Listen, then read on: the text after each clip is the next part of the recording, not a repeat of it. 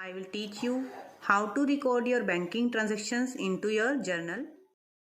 First entry of banking transaction is when cash is deposited into bank. Transaction क्या है आपका कि cash जो है डिपॉजिट किया है बैंक में, तो यहाँ पर कैश आपके पास से चला गया है तो क्रेडिट होगा, और बैंक में चला गया, bank is the personal account में रिसीवर, तो bank is the receiver here अगर हम अकाउंट का टाइप देखें। लेकिन अगर हम मॉडर्न अप्रोच के हिसाब से भी देखेंगे जिसमें 5 टाइप में आप सारे अकाउंट्स को डिवाइड कर देते थे, तो उसमें हम बैंक को एसेट मान के चलेंगे, और बैंक जो है एसेट जो है डेबिट बैलेंस होता है नॉर्मली। तो अगर किसी एसेट को बढ़ाना है, इंक्रीज करना है, तो उसको डेबिट करना है। तो कैश आपका आपके बैंक में चला गया तो बैंक को आप क्या करेंगे, डेबिट करेंगे।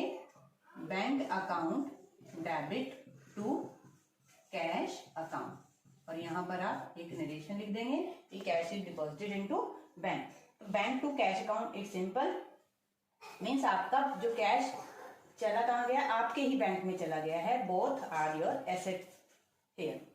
नेक्स्ट क्या है, व्हेन कैश इज विथड्रॉन, यहाँ पर हम कैश को निकाल रहे हैं फ्रॉम द बैंक में से। अब किस पर्पस के लिए निकाल रहे हैं, अगर सिंपल ये लिखा हो when cash is withdrawn from the bank, it simply meaning is कि ये आपके बिजनेस के लिए ही निकाला गया है पैसा।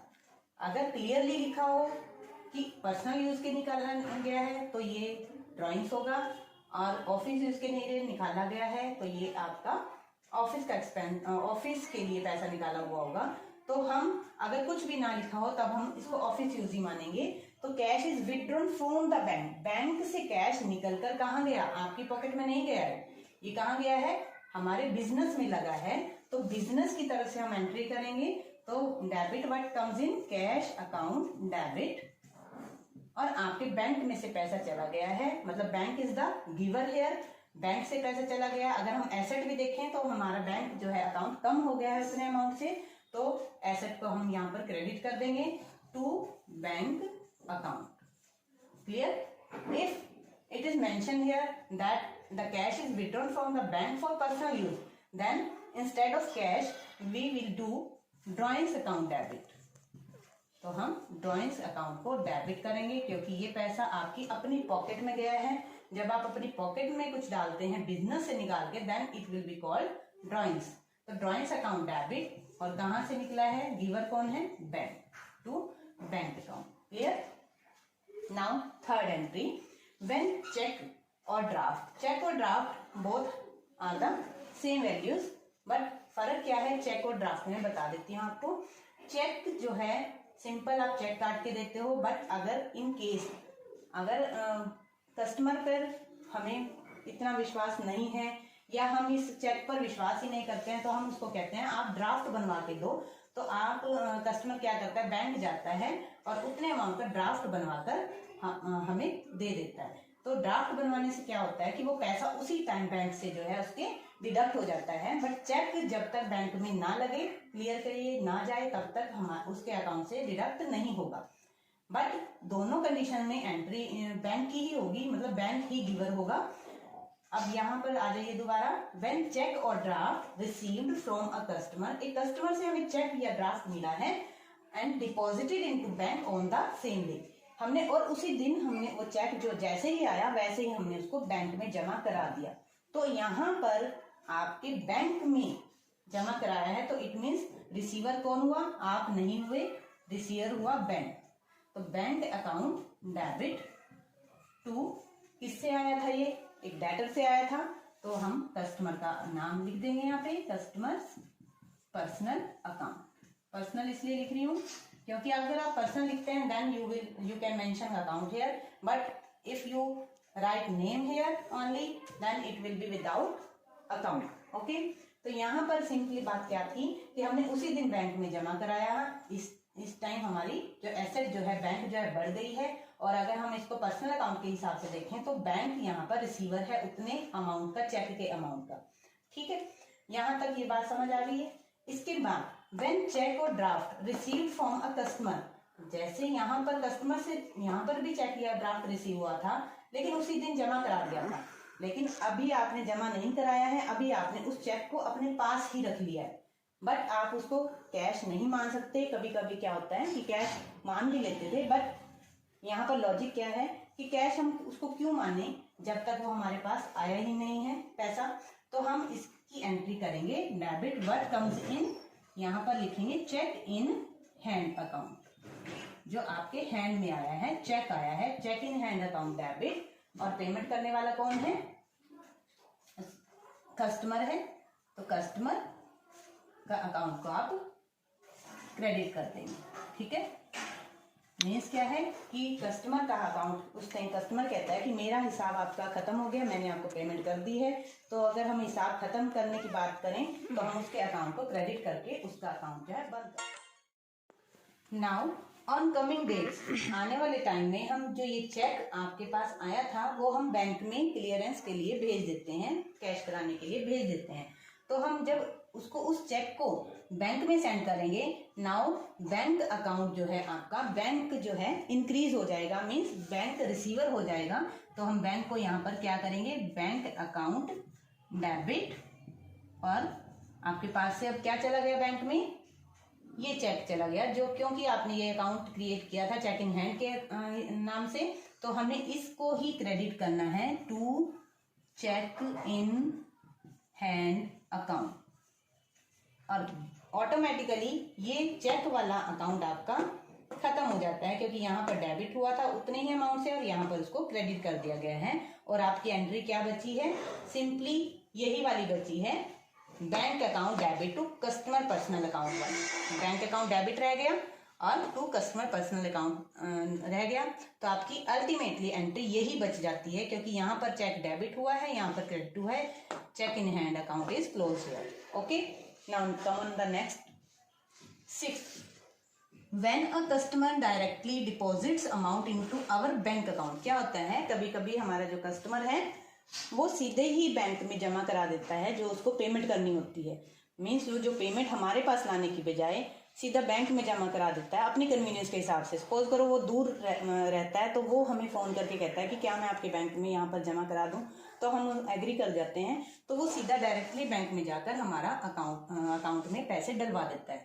तो यहाँ पर भी सिंपल क्या होगा, पैसा कहाँ पर आया है, बैंक में आया है, तो बैंक इंक्रीज हो गया, तो बैंक अकाउंट को क्या करेंगे आप, डेबिट करेंगे। क्लियर। और किससे पेमेंट आई है, गिवर कौन है, कस्टमर्स पर्सनल अकाउंट। कंफ्यूज नहीं होना है, यहाँ पर भी सेम एंट्री है बेशक है, लेकिन यहाँ पर चेक से पेमेंट आई थी और बैंक में जमा उसी दिन करा दिया था, that's why we have done bank account debit. और यहाँ पर डायरेक्टली बैंक में डिपॉजिट हो गया amount, that's why we have bank account debit also here also. Okay, next 7th point, if previously deposited cheque is dishonour. ये बात बहुत समझने वाली है। डिसऑनर्ड क्या होता है, ये डिसऑनर एक ऐसा वर्ड है, इट मीन्स क्या है, जो चेक आपने बैंक में जमा कराया है, जब बैंक ने उस कस्टमर के अकाउंट को चेक कराया, मतलब उस कस्टमर के अकाउंट से पैसे निकलवाने के लिए जो प्रोसेसिंग जो है वो शुरू की, तो क्या हुआ, उसके अकाउंट में पैसे ही नहीं थे। या फिर ये भी हो सकता है जो वो चेक था उस पर जो है जो साइन किए हुए हैं वो ठीक नहीं थे, या कोई और भी मिस्टेक हो सकती है, कुछ भी हो सकता है। In any case if cheque is dishonour means क्या है, वो जो चेक जो है बाउंस कर देता है, जो उसका बैंक जो है डिनाई कर देता है अमाउंट देने में कि इसके अकाउंट में पैसा नहीं है, या फिर ये चेक में प्रॉब्लम है इसलिए हम इसका पैसा नहीं हम डिडक्ट कर सकते इसके अकाउंट से। तो क्या होता है, जो आपने पहले एंट्री की थी, जब आपने जमा कराया था पैसा, सॉरी चेक जमा कराया था, जब आपने पहले एंट्री की थी, अब वो एंट्री क्या हो जाती है, कैंसिल हो जाती है। इट मीन्स वो हमारा डेटर फिर से क्रिएट हो जाता है। हम उसके पास जाते हैं, हम ये कहते हैं कि आपका जो है चेक जो है कैश नहीं हुआ है, क्लियर नहीं हुआ है, तो हाँ आपको हमें फिर से पेमेंट करनी है किसी भी वे में। तो हम जो है जो पहले एंट्री की थी bank account debit to customer personal account वाली, हम उस एंट्री को पलट देते हैं, अपोजिट एंट्री उसकी कर देते हैं। तो एंट्री क्या होगी, कस्टमर जो भी नाम है, XYZ कोई भी नाम है, customers personal account debit to bank account. Clear, simple सी बात है, कस्टमर टू बैंक अकाउंट। तो ये एंट्री होगी। बेशक ये भी केसेस हों कि बाद में जमा कराया है, बाद में जमा कराने के बाद भी हमारा ये अकाउंट तो खत्म हो जाता है, हमारा फिर से वही अकाउंट बचता है, तब भी हमने उस एंट्री को पलटा है कि यहाँ पर क्रेडिट किया था, यहाँ पर डेबिट किया है, बैंक डेबिट किया था और बैंक को क्रेडिट कर दिया है, मीन्स चेक जो है कैंसल हो गया है, कैंसल द चेक। ठीक है। Now 8th point, when cheque received and discount allowed deposited into bank on the same day. Same day means क्या होता है कि जैसे ही चेक रिसीव हुआ, यहाँ पर भी एक कंडीशन थी कि चेक रिसीव हुआ और उसी दिन चला गया बैंक में, लेकिन डिफरेंस क्या है, यहाँ पर डिस्काउंट अलाउड भी है, मीन्स ये पेमेंट के टाइम हमने कैश पेमेंट के टाइम डिस्काउंट देने वाली बात की हुई है, तो यहाँ चेक की पेमेंट भी हम एक तरह से कैश पेमेंट ही मान लेते हैं, क्योंकि कस्टमर का खाता क्लियर करना होता है उस टाइम। तो आपने उसको एंट्री कैसे करनी है, आपके पास क्या आया, सॉरी बैंक में उसी दिन जमा कराया है, तो bank is the receiver here, आपकी जो एसेट है वो इंक्रीज हो जाएगी उतने अमाउंट से, बैंक अकाउंट डेबिट, डिस्काउंट आप अलाउ कर रहे हो, discount is the expense here, discount allowed account debit to customer personal account. Is it clear? Now in next case क्या होता है, इन केस अबाउ चेक, जो आपने चेक बैंक में जमा कराया था वो क्या हो गया, डिसऑनर हो गया। फिर से यही बात है, तो डिसऑनर में what did I say to you, that you will make the entry opposite that was done earlier. जो आपने पहले एंट्री की थी, प्रीवियसली एंट्री जो है वो उसको आपने अपोजिट कर देना है, बस जस्ट यहाँ पर ये एंट्री की है हमने, तो हमने अपोजिट कर देना है, कस्टमर को डेबिट कर देना है और इन दोनों अकाउंट्स को क्या कर देना है, क्रेडिट कर देना है। Customer personal account debit to bank account to discount allowed account. Clear? Confuse नहीं होना है बिल्कुल भी, जस्ट आपने प्रीवियस एंट्री को चेक करना है कि आपने क्या किया था।